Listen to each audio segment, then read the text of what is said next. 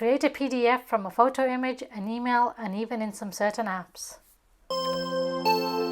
So open up your photo library, click on the image you want, and in the bottom left corner you'll see a square with an arrow on it.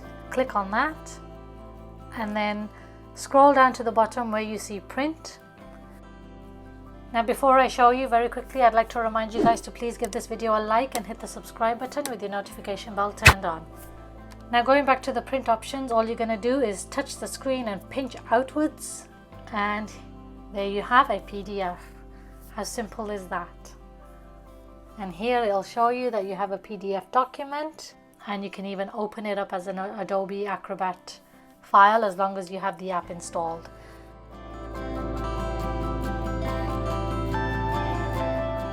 If you want to PDF an email, click on the arrow at the bottom here, scroll down to print,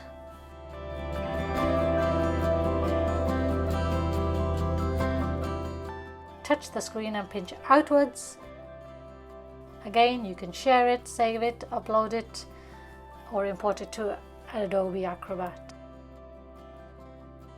And in certain apps, click on the share sheet icon here and scroll down to print. Thank you for watching. I hope you found this video useful. Please do go ahead and check out my other videos.